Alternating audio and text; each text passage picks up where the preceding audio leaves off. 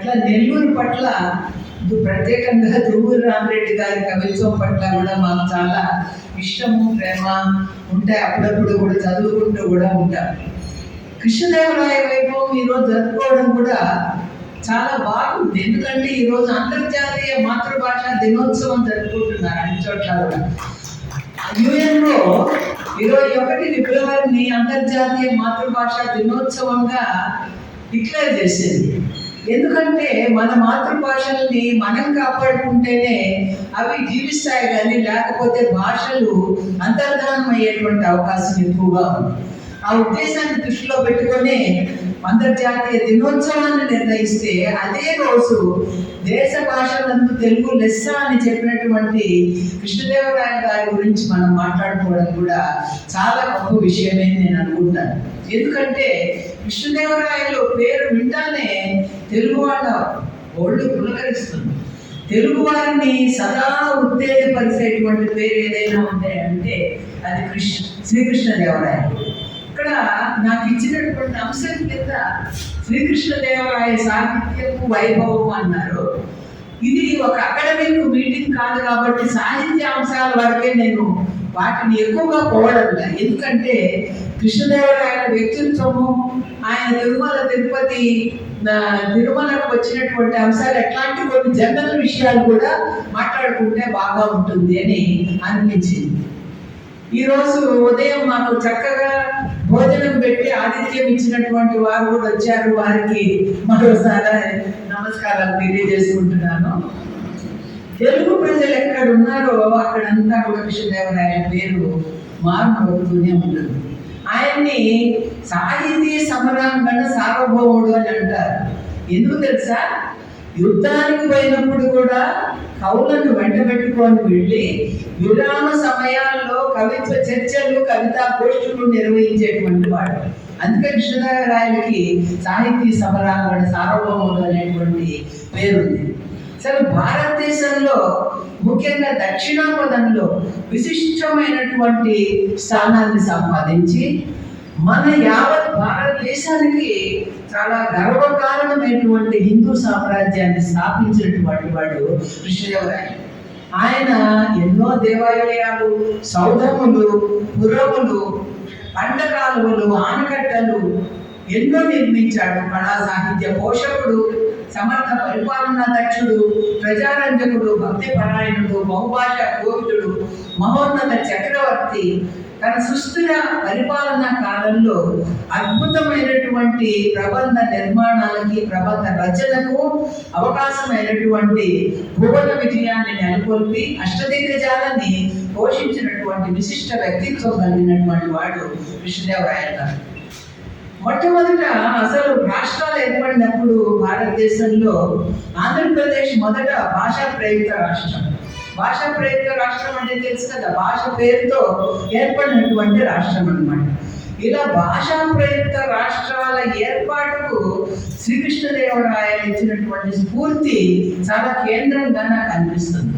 ఎందుకంటే ఆయన సంస్కృతము, ఆంధ్ర ఇట్లాంటి అన్ని భాషల్లో కూడా పండితుడై ఉండి కూడా, ఇతర ద్రావిడ భాషలు కూడా తెలిసిన వాడై ఉండి కూడా, ఆముక్తవాల్యత వంటి గొప్ప ప్రబంధాన్ని తెలుగులో రచన చేయడం చాలా గొప్ప విషయం. అది తెలుగు భాష పట్ల, తెలుగు ప్రజల పట్ల ఆయనకు ఉండేటువంటి ప్రేమను, మమేకతను తెలియజేస్తుంది. ఆయన ఏమన్నాడంటే, అసలు పరిపాలన అనేది ప్రజల భాషలోనే జరగాలి, తన ప్రజల భాషా సాహిత్యాల వికాసానికి ఆ రాజా బాధ్యుడు అని ఆచరణాత్మకంగా చెప్పినటువంటి వాడు కృష్ణదేవరాయలు. ఆయన ఏమన్నాడు, ఆమృతమాలి ఏ భాషలో రాయాలంటే తెలుగదేలయన్న దేశము తెలుగు. తెలుగులో ఎందుకు రాయాలంటున్నావా అంటే, నా దేశం తెలుగు దేశం. తెలుగుదేశం పార్టీ కాదు, తెలుగు వారి దేశం. తెలుగు ప్రజలకే పట్టం కట్టాల్సినటువంటి భాష తెలుగు. అందుకే భాషా జాతి సమైక్యతని ఆయన దేశ భాషలో తెలుగు లెస్స అనే పేరుతో చెప్పాడు. అందుకే ఈ అంతర్జాతీయ మాతృభాష దినోత్సవం ప్రతి సంవత్సరం 21వ తేదీ ఫిబ్రవరి జరుపుతున్నామని సాయి కుమార్ గారు చెప్పారు. అది యాదృచ్ఛికమే అయినా కూడా ఈ రెండు కలవడం చాలా గొప్ప విషయం. ఆయన రాజనీతి పరమజ్ఞుడు, యుద్ధతంత్ర విశారదుడు, సకల కళా పోషకుడు. కృష్ణదేవరాయల కాలం గురించి అసలు ఆయన ఎప్పటివాడు, ఏ కాలంలో ఉన్నాడు అని కానీ ఆలోచిస్తే ఆయన క్రీస్తు శకం 1509లో ఆయన పట్టాభిషేకం జరిగింది అని, ఆయన జన్మకాలము 1484 అని, ఆయన 1530 క్రీస్తు శకం 1530 వరకు రాజ్యభారం వహించినాడు అని ఆ రోజుల్లో ఫెర్నాండో న్యూనిస్ అనేటువంటి ఒక యాత్రికుడు రాసినటువంటి రాతల ద్వారా తెలుస్తుంది. ఇప్పుడు మన దేశాన్ని చాలా మంది యాత్రికులు సందర్శించినారు విదేశీ. వచ్చేప్పుడు దేశంలో ఉండేటువంటి పరిస్థితుల్ని వాళ్ళు డాక్యుమెంట్ చేశారు, రికార్డ్ చేశారనమాట. అలా రికార్డ్ చేసినటువంటి వాళ్ళల్లో ఈ న్యూనిస్ కూడా చాలా ప్రముఖుడు. కృష్ణదేవరాయలు మీకు అందరూ తెలిసిందే, తిరుమల దేవి, చిన్నాదేవి అనేటువంటి 2 భార్యలు ఉండేవాడు అని. ఆయన తుళువు వంశంలో జన్మించాడు అంటారు. అంటే సంగమ, సాళువ, ఆర్వీటి, తుళువ ఈ 4 వంశాల వాళ్ళు విజయనగర సామ్రాజ్యాన్ని పరిపాలిస్తే కృష్ణదేవరాయలు తుళువ వంశంలో జన్మించాడు. ప్రతాప మార్తాండ తేజుడైనాడు, ఆంధ్ర సామ్రాజ్య నిర్మాత అయినాడు, లలిత కళా పోషకుడైనాడు, సర్వమత సహిష్ణుడైనాడు. ఆయన కాలం అంటే 1509 నుంచి 1530 వరకు ఆయన కాలాన్ని భారతదేశ చరిత్రలో, ముఖ్యంగా దక్షిణ భారత చరిత్రలో ఒక స్వర్ణయుగంగా అనుకోవచ్చు. మనకు చరిత్రలో చంద్రగుప్త మౌర్యుడు, అశోకుడు, హర్షవర్ధనుడు ఇలాంటి చక్రవర్తుల గురించి చెప్పుకుంటాం. చిన్నప్పుడు మనము అవన్నీ మ్యాప్లు కూడా వేస్తామన్నమాట హిస్టరీలో. ఈయన సామ్రాజ్యం ఇక్కడి నుంచి ఎక్కడ వరకు ఉంది, ఇలా ఈ డీటెయిల్స్ అన్ని మనం చదువుతాం స్కూల్లో. అట్లా వాళ్ళతో సమానమైనటువంటి మహా వ్యక్తిత్వం కలిగినటువంటి వాడు కృష్ణదేవరాయ. ఆయన 1530లో దివంగతుడు అయినాడు. కృష్ణదేవరాయలు గొప్ప వైష్ణవ భక్తుడు, ఉదార ప్రవర్తకుడు, దయార్ద్ర హృదయుడు, పరమత సహిష్ణుడు.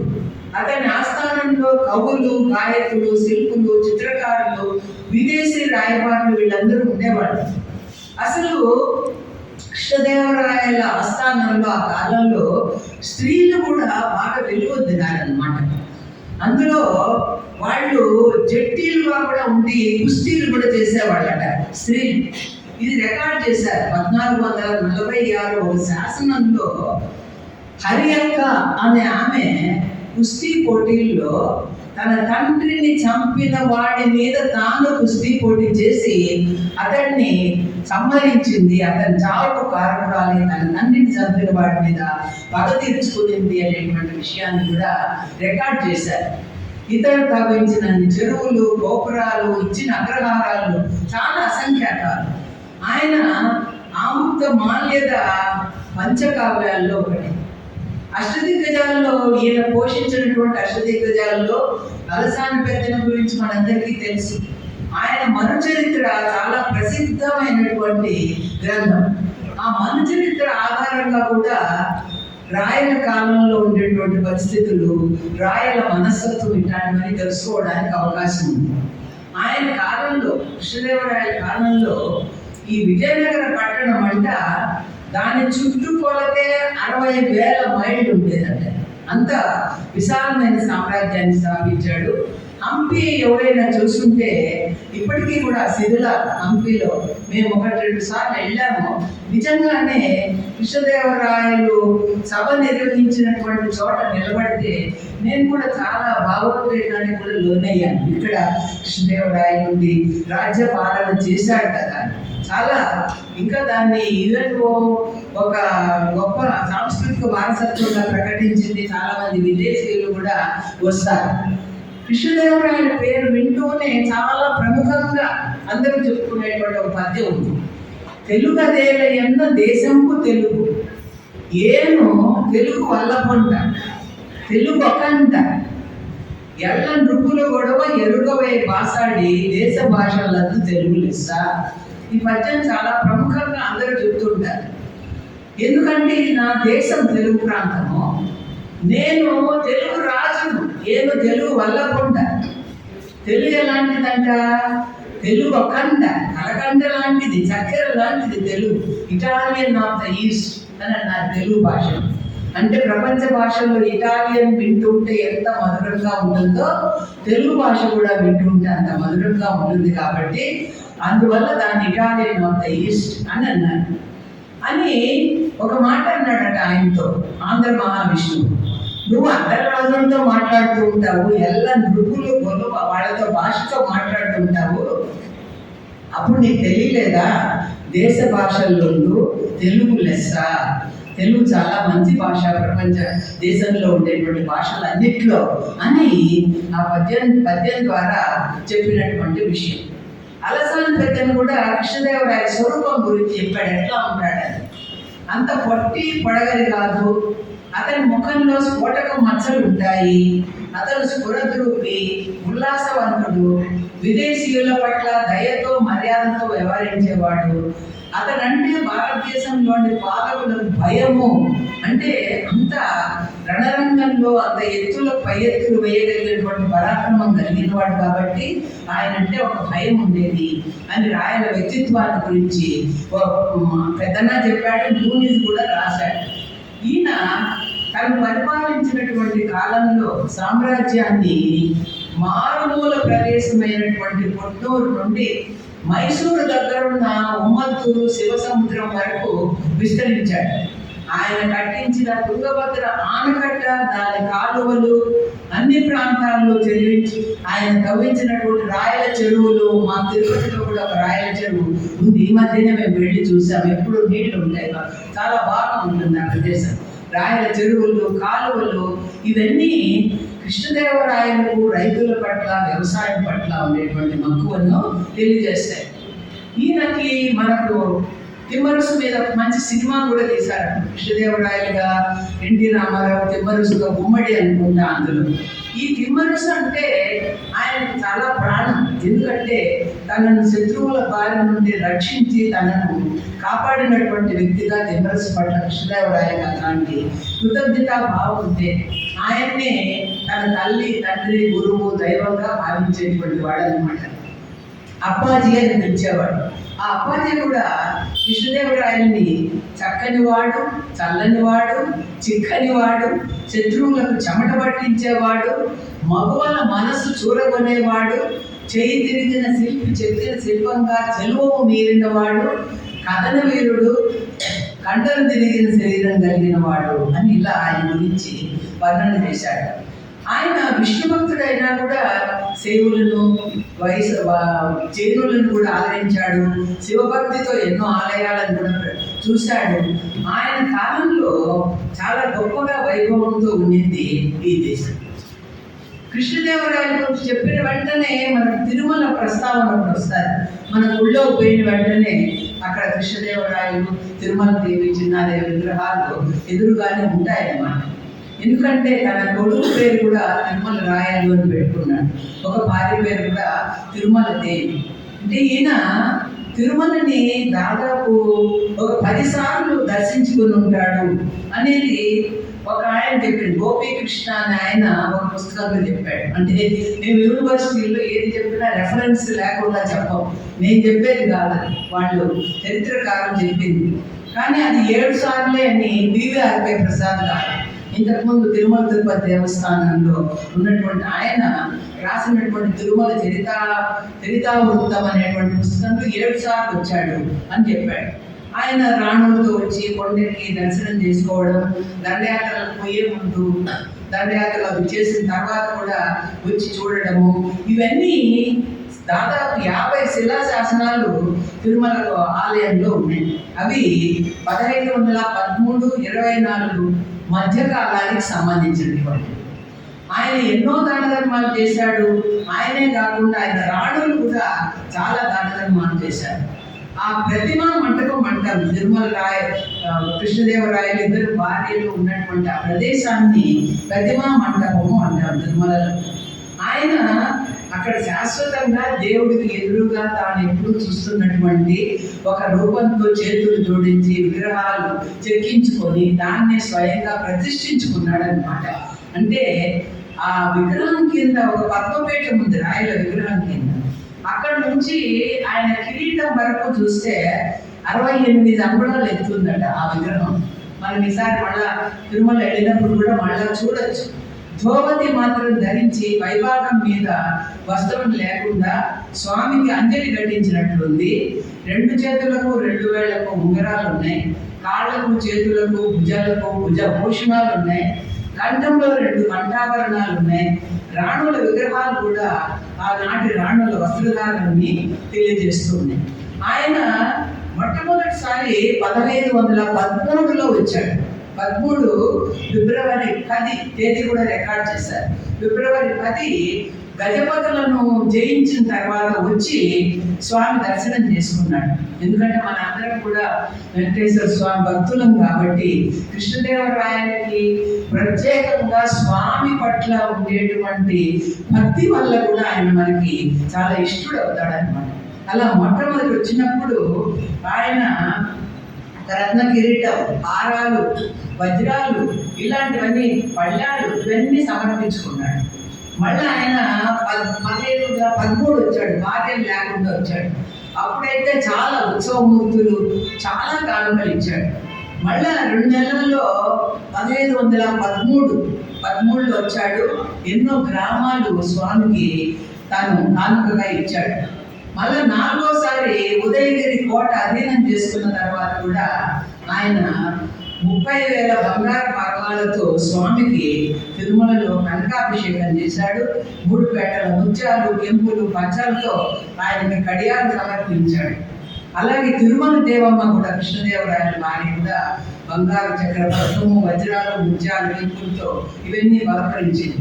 అలాగే తిరుమలలో ఒక సత్రం కట్టించడానికి కూడా అప్పుడు కృష్ణదేవరాయలు ఏర్పాటు చేసి అందులో కొంత భాగాన్ని స్వామికి నైవేద్యంగా సమర్పించేటువంటి ఏర్పాటు కూడా చేశాడు. మళ్ళీ 5వసారి వచ్చాడు. 15 నెలల తర్వాత అద్దంకి, వినుకొండ ఈ ప్రాంతాలన్నింటినీ కూడా జయించి తన రాణులతో కూడా తులాభారం చేసి అక్కడ 25 అక్టోబర్ 15ను తిరుమలని దర్శించుకున్నాడు అనమాట. తర్వాత మళ్ళా 2 నెలలకు వచ్చాడు. అప్పుడు జూలై 1517 ఎంత కరెక్ట్గా రికార్డ్ చేశారు చూడండి. తర్వాత 1518లో అప్పటికి ఒక భార్య చనిపోయింది. మరొక భార్యతో వచ్చాడు. 2వ భార్య చనిపోయింది. తిరుమల దేవమ్మతో వచ్చాడు. చివరి 7వసారి తిరుమల ఆయన 1521లో వచ్చాడు అనమాట. అప్పుడు కూడా అనేక కానుకలు సమర్పించుకున్నాడు. కృష్ణదేవరాయలతో పాటు అప్పాజీ, ఆయన కుటుంబ సభ్యులు వీళ్ళందరూ కూడా మంత్రులు, సామంతులు, సైన్యాధికారులు వీళ్ళందరూ కూడా ఎన్నో కానుకలు స్వామికి సమర్పించుకున్నారు. ఇంకా చివరిగా ఒక అంశాన్ని చెప్పి ముగిస్తాను నేను. ఎందుకంటే నాకు సమయం ఎంత ఇచ్చారో తెలియదు, కానీ నేను చెప్పదలుచుకుంది చెప్పి ముగిస్తాను. ఆయన కృష్ణదేవరాయల పేరు వింటూనే మనకు గుర్తొచ్చే వాళ్ళు ఎవరు? అష్టదిగ్గజులు కదా, 8 మంది కవులు ఆయన ఆస్థానంలో ఉండేవాళ్ళు అనేది చెప్పుకుంటారు. ఈయన సంస్కృతంలో కూడా చాలా గొప్ప పండితుడు కృష్ణదేవరాయలు. ఆప్తమా లేదా సంస్కృతంలో మదాలస చరిత్ర, సకల కథ సార సంగ్రహము, చింతామణి, రసమంజరి ఈ పుస్తకాలన్నీ రాశాడు. భువన విజయం అనే పేరుతో సంగీత సాహిత్య వసంతోత్సవాలు క్రమం తప్పకుండా కూడా నిర్వహించేవాడట. హంపి క్షేత్రంలో ఎప్పుడు ఎలా ఉండేదట, ఏదో ఒక నృత్య నాటక ప్రదర్శన జరుగుతూ ఎప్పుడు ఒక పండుగలాగా సందడిగా ఎంతో శోభతో వెలుసిల్లుతూ ఉండేదట. వీధుల్లో కూడా మణిమాణిక్యాలు, వజ్ర వైడూర్యాలు రాసులుగా పోసి అమ్ముతుండేవాడని మనం హిస్టరీలో పుస్తకాలు చదువుతూ ఉంటాం. అందువల్ల అన్ని దేశాల వ్యాపారస్తులు కూడా హంపీలో తిరుగుతూ ఉండేవాళ్ళని నాకు ఇంకా గుర్తుంది. బాలకృష్ణతో ఒక సినిమా తీశారు కదా, కమలాకర కామేశ్వరరావు. కృష్ణదేవరాయల యుగంలోకి వెళ్ళినప్పుడు ఒక టైం మిషన్, చాలా మంచి ఆలోచన నాకు ఇప్పుడు అనిపించింది. ఇది నేను చదువుతూ ఉంటే ఆర్టిఫిషియల్ ఇంటెలిజెన్స్తో కూడా ఇప్పుడు కృష్ణదేవరాయల కాలాన్ని మళ్ళా చూడగలిగేటువంటి క్రియేషన్ వస్తుందేమో అని. ఎందుకంటే ఇటీవల ఎవరో నాకు వాట్సాప్ గ్రూప్లో ఉంది, అందులో కుంభమేళాలో మన మహాత్మా గాంధీ, జవహర్లాల్ నెహ్రూ, తర్వాత ఇందిరాగాంధీ, సర్దార్ వల్లభాయ్ పటేల్ వీళ్ళందరూ కుంభమేళాలో స్నానం చేస్తున్నట్టు ఒక వీడియో తీశారనమాట. కాబట్టి కృష్ణదేవరాయల కాలము, వైభవము, రాజులు, ఆస్థానం, అష్టదిగ్గజ కవుల సాహిత్య చర్చ ఇవంతా కూడా రీక్రియేట్ చేయడానికి దాంట్లో అవకాశం. ఈ మధ్య ఈరోజు ఎంతమంది చూశారో ఈనాడులో కూడా అసలు వైద్యంలో ఎన్ని అద్భుతాలు ఆర్టిఫిషియల్ ఇంటెలిజెన్స్తో వస్తాయని ఆయన నాగేశ్వర్ రెడ్డి హైదరాబాద్ ఇది హాస్పిటల్ ఉంది కదా, ఆయన చాలా వివరణ ఇచ్చాడు.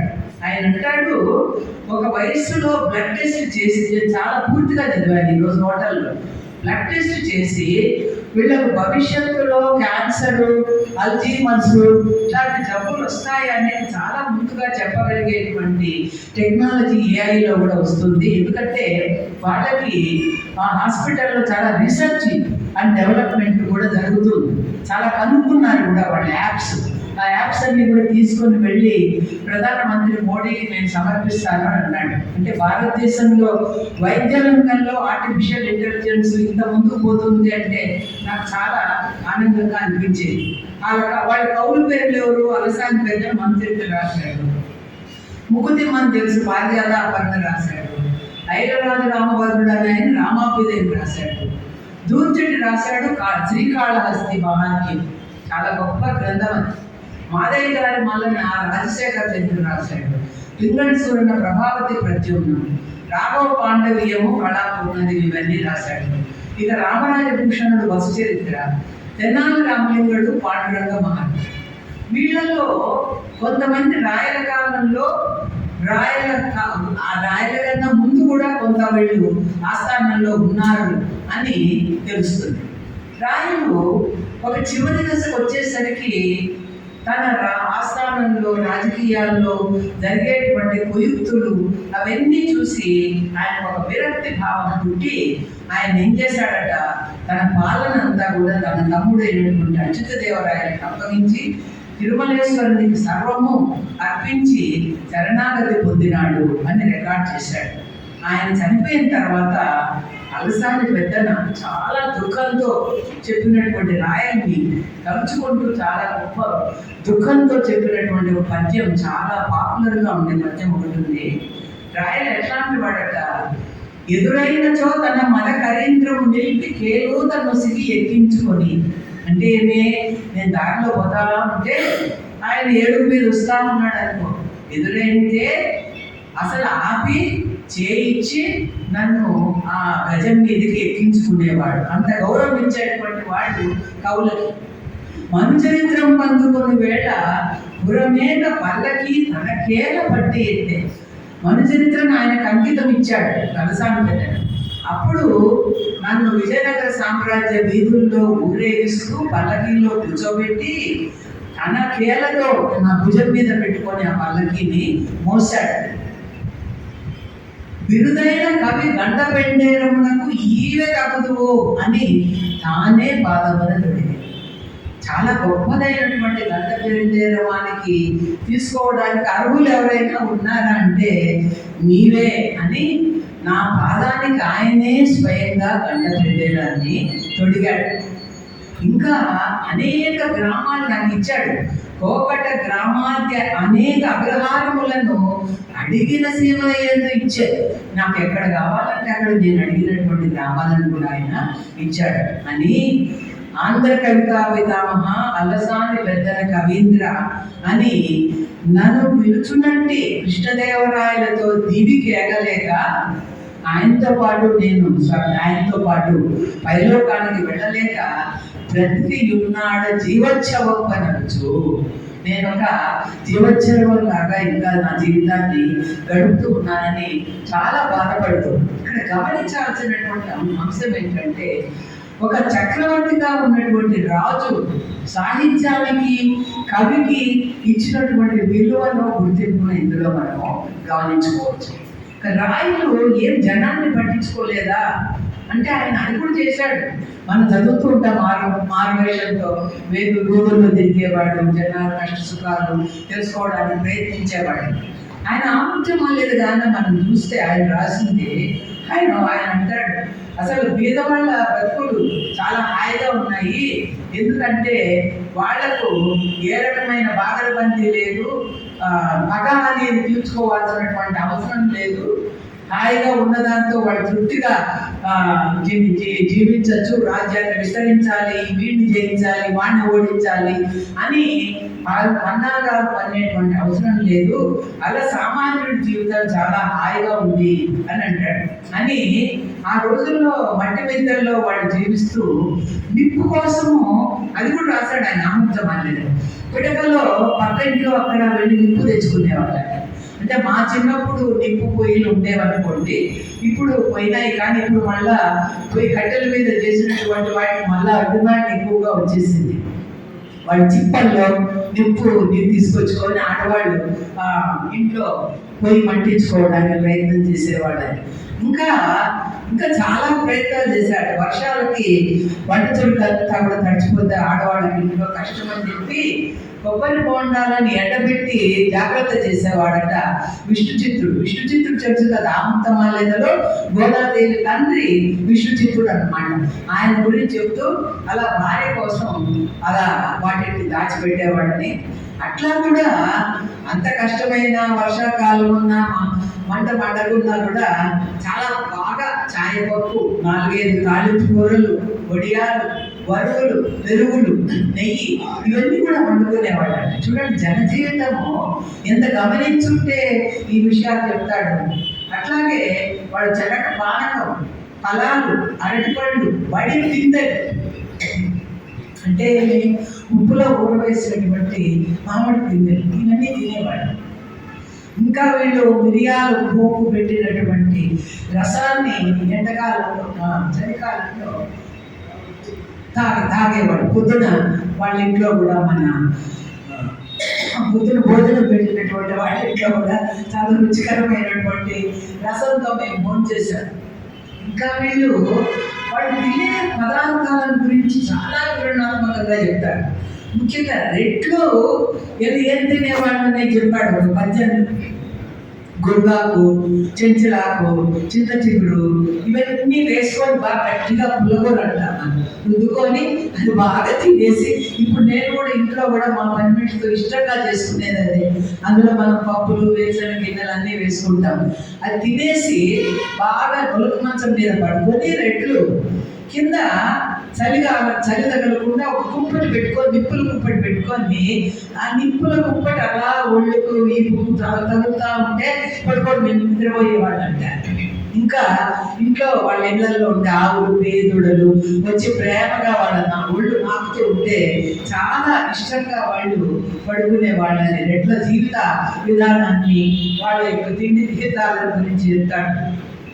ఇంకా వీళ్ళు కూడా, బ్రాహ్మణులు కూడా బాగా మండిన అరటిపళ్ళు, అలాగే దానిమ్మ గింజలు, ఇంకా అతిథి సత్కారం చాలా గొప్పగా చేసేవాళ్ళు అని చెప్పాడు ఆముక్తమాల్యద. వాళ్ళు వస్తే ఎదురేగి నమస్కరించి కొబ్బరి ఆకు చాపలు వేసేవాళ్ళని. బియ్యంతో అన్నం, పప్పు, నెయ్యి, పాలు, పెరుగు ఇవన్నీ పెట్టి తాంబూలం ఇచ్చి, అలానే కాకుండా వాళ్ళ స్నానం చందన చర్చ చేసేవాళ్ళు. చందన చర్చ అంటే మీ శరీరానికి తాపము తగలకుండా గంధం బాగా నూరేసి ఆ గంధాన్ని ఒళ్ళుకు బాగా పట్టించి, ఇప్పుడు కూడా చాలా చోట్లలో మన కొన్ని ప్యారలర్స్లో కూడా వాటిని ప్రయోగంగా చేస్తున్నారు. ఎందుకంటే ఆ చందనము శరీరానికి సువాసన ఇవ్వడం మాత్రమే కాదు, చందనం చలువ కూడా చేస్తుంది. అందువల్ల ఆ చందన చర్చ చేసేవాళ్ళు అని చెప్పాడు. అలాగే బాగా అద్భుతమైన ముగ్గులు వేసేవాళ్ళట. ఆ ముగ్గులు వేసి బాగా ముందర బాగా అలికి ముగ్గులు వేసేసి దాని మీద అన్ని ఎండబెట్టుకునేవాళ్ళట.